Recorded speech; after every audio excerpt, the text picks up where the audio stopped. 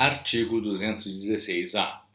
Os órgãos da administração pública direta, indireta e fundações públicas da União, bem como as demais entidades integrantes do Sistema Integrado de Administração Financeira do Governo Federal, ao contratarem pessoa física para a prestação de serviços eventuais, sem vínculo empregatício, inclusive como integrante de grupo-tarefa, deverão obter dela a respectiva inscrição no Instituto Nacional do Seguro Social como contribuinte individual ou providenciá-la em nome dela, caso não seja inscrita, e proceder ao desconto e recolhimento da respectiva contribuição, na forma do artigo 216.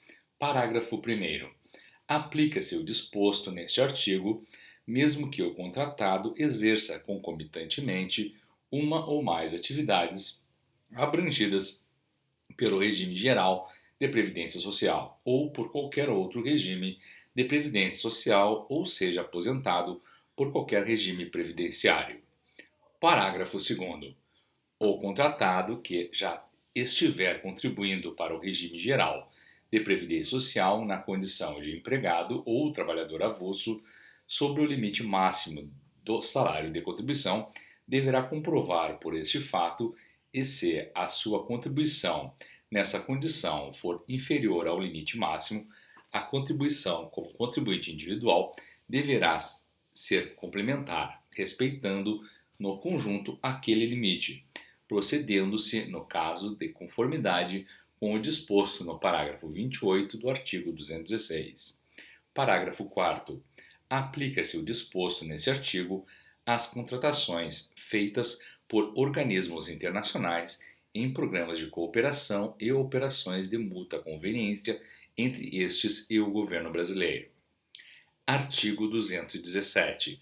Na requisição de mão de obra de trabalhador avulso, efetuada em conformidade com o disposto na Lei 12.815, de 2013, e na Lei 9.719, de 27 de novembro de 1998, o responsável pelas obrigações previstas neste regulamento em relação aos segurados que lhe prestem serviços é o operador portuário ou o tomador de mão de obra, inclusive o titular da instalação portuária de uso privativo, observadas as normas estabelecidas pelo INSS.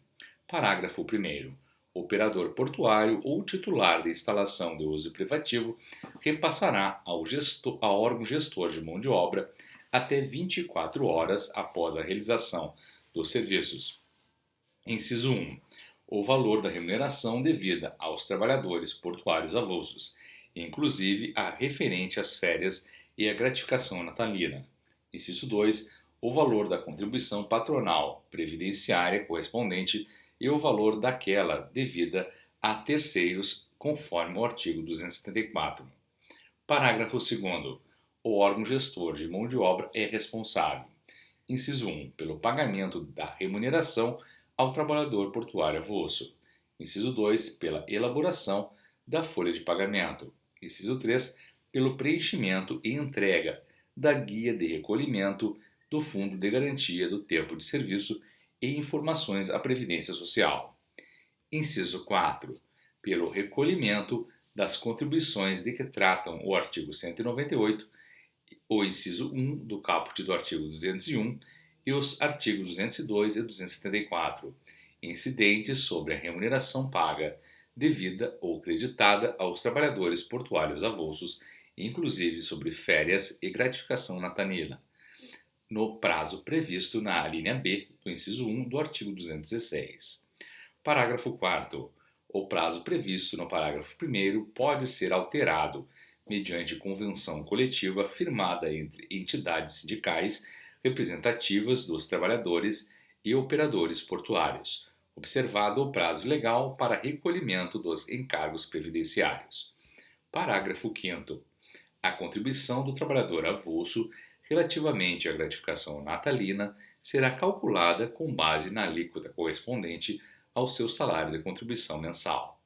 Parágrafo 6º. O salário família devido ao trabalhador portuário avulso será pago pelo órgão gestor de mão de obra, mediante convênio que se incumbirá de demonstrá-lo na folha de pagamento correspondente. Artigo 218. A empresa tomadora ou requisitante dos serviços de trabalhador avulso, cuja contratação de pessoal não seja abrangida pelo disposto na Lei 12.815 e na Lei 9.719, é responsável pelo cumprimento de todas as obrigações previstas neste regulamento, além do preenchimento e da entrega da GFIP em relação aos segurados que lhe prestem serviços, observadas as normas estabelecidas pelo INSS. Parágrafo 1º. O salário família devido ao trabalhador avulso mencionado no caput será pago pelo sindicato de classe respectivo, mediante convênio que se incumbirá de elaborar as folhas correspondentes.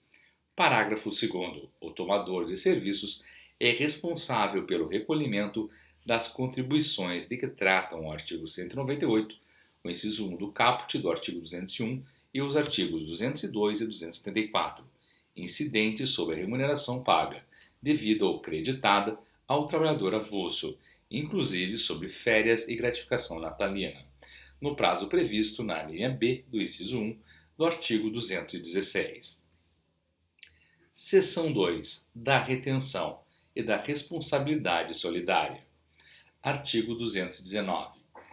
A empresa contratante de serviços executados mediante cessão ou empreitada de mão de obra, inclusive em regime de trabalho temporário, deverá reter 11% do valor bruto da nota fiscal, fatura ou recibo de prestação de serviços e recolher a importância retida em nome da empresa contratada, observado o disposto no parágrafo 5 do artigo 216.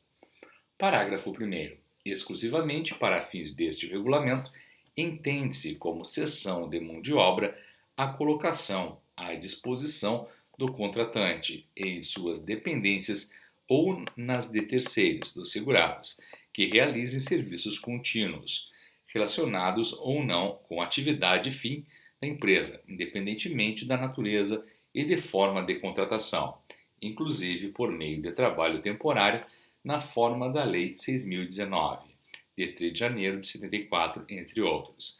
Parágrafo 2º. Enquadram-se na situação prevista no caput os seguintes serviços realizados mediante cessão de mão de obra. Inciso 1. Limpeza, conservação e zeladoria. Inciso 2.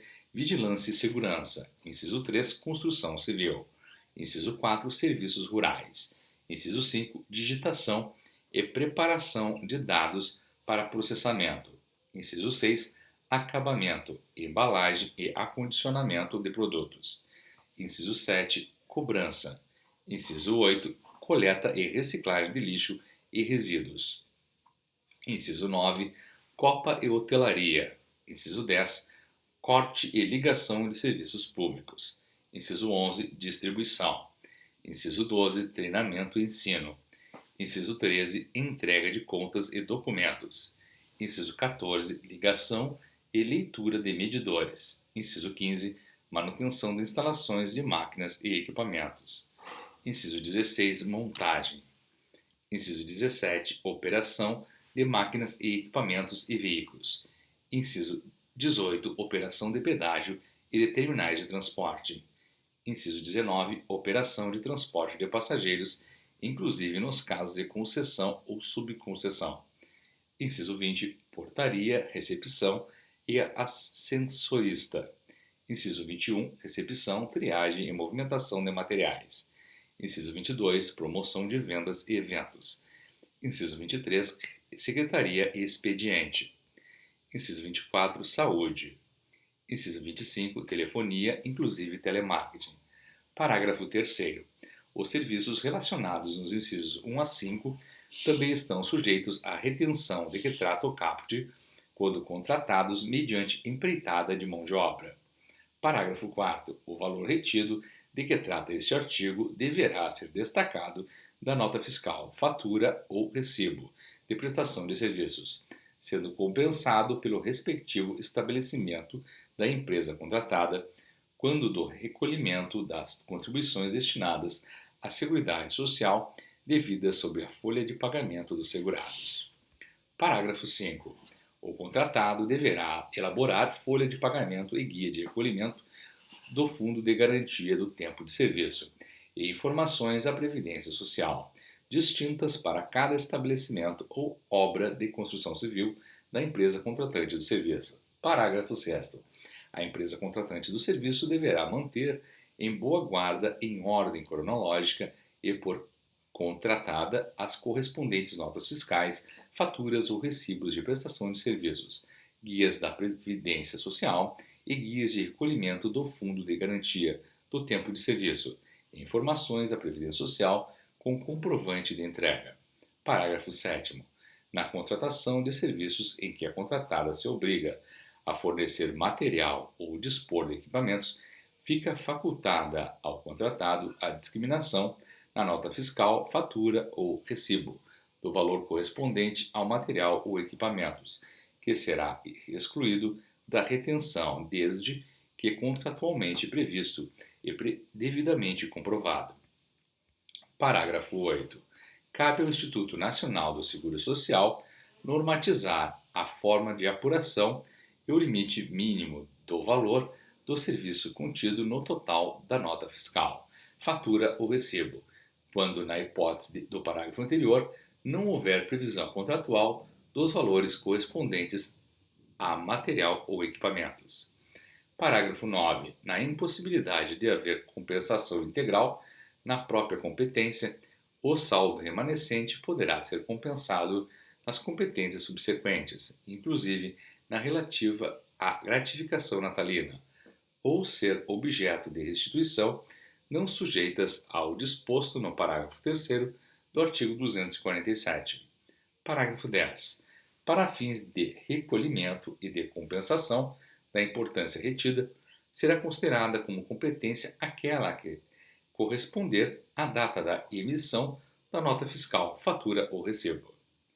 Parágrafo 11. As importâncias retidas não podem ser compensadas com contribuições arrecadadas pelo Instituto Nacional do Seguro Social para outras entidades. Parágrafo 12. O percentual previsto no caput será acrescido de 4, 3 ou 2 pontos percentuais, relativamente aos serviços prestados pelos segurados empregado cuja atividade permita a concessão de aposentadoria especial, após 15, 20 ou 25 anos de contribuição, respectivamente.